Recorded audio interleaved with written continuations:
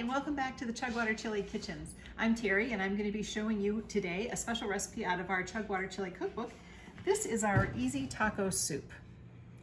It is about the easiest kind of soup that you can put together because after you brown your meat and your onions, it's emptying cans of great tasting vegetables into it. So let's get started on this. We've already pre-cooked a pound of ground beef.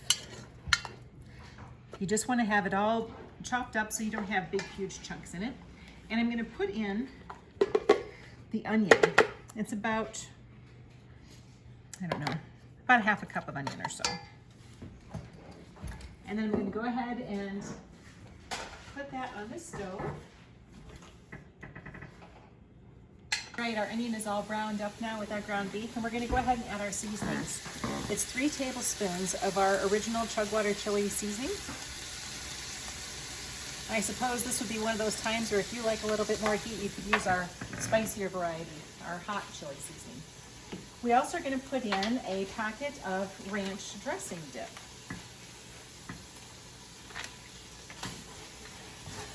Get those all stirred together.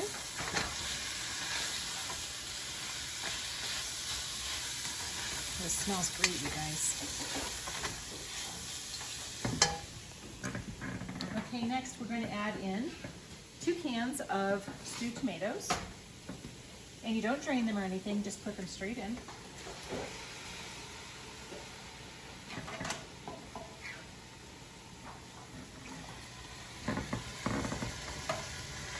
These have the green chilies in them.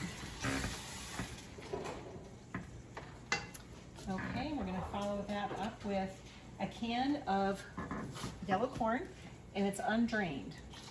We're going to use that liquid from your corn to make part of your broth for your soup.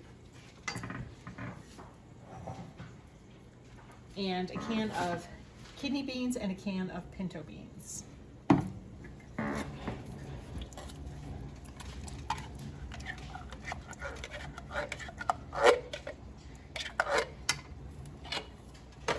This is one of those easy recipes for when you've been out for the day, or you know you're going to have a busy night that evening. It just comes together so quickly.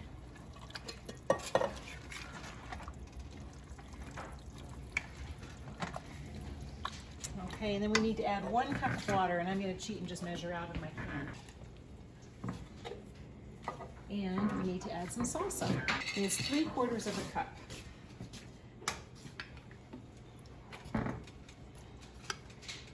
We'll say that's about 3/4 of a cup.